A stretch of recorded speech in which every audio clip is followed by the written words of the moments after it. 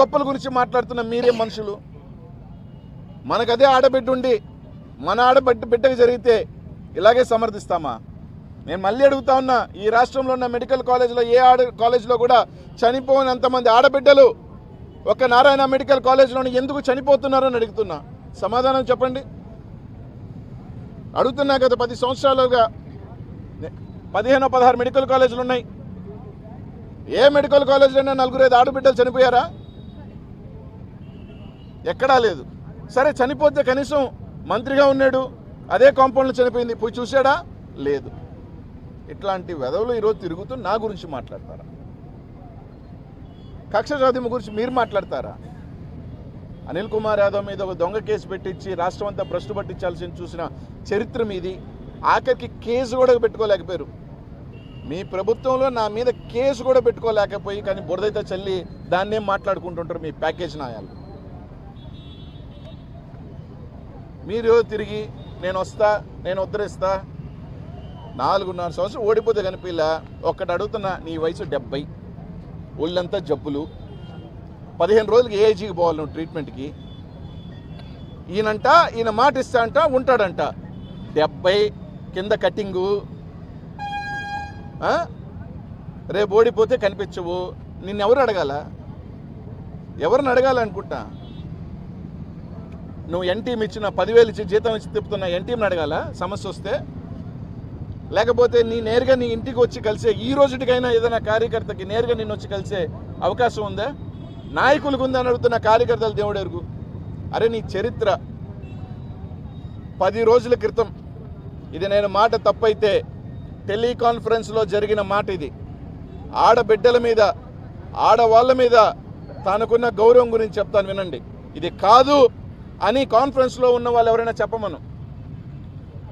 ఒక ఆడబిడ్డ 4 రోజులు పని చేయకపోతే ఎందుకు పని చేయలేదు, మీరు సరిగ్గా తిరగట్లేదంటే కొన్ని ఇబ్బందులు ఉన్నాయి సార్, అందుకని రాలేదు. ఏమి ఇబ్బందులు?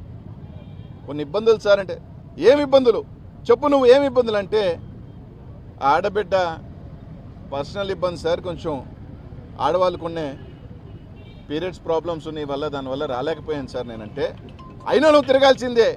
అవి వస్తే ఇంట్లో రెస్ట్ తీసుకుంటావా?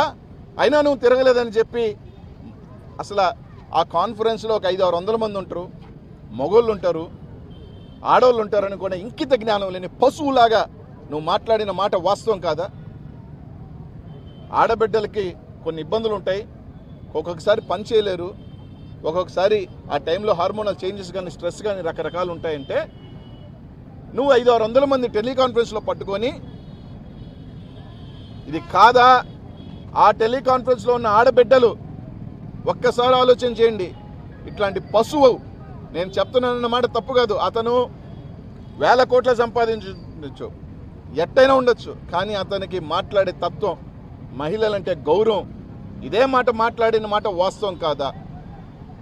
గుచ్చి ఆడబిడ్డను పట్టుకొని నువ్వు అడిగిన మాట వాస్తవం కాదు. ఇది 10 రోజుల క్రితం జరిగిన మాట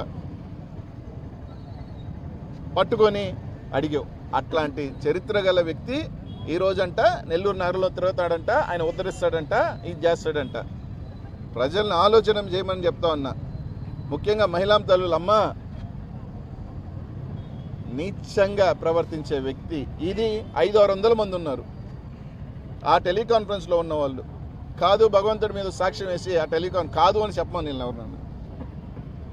పదం అటు ఇటు ఉండొచ్చు, సారాంశం అయితే ఇదే.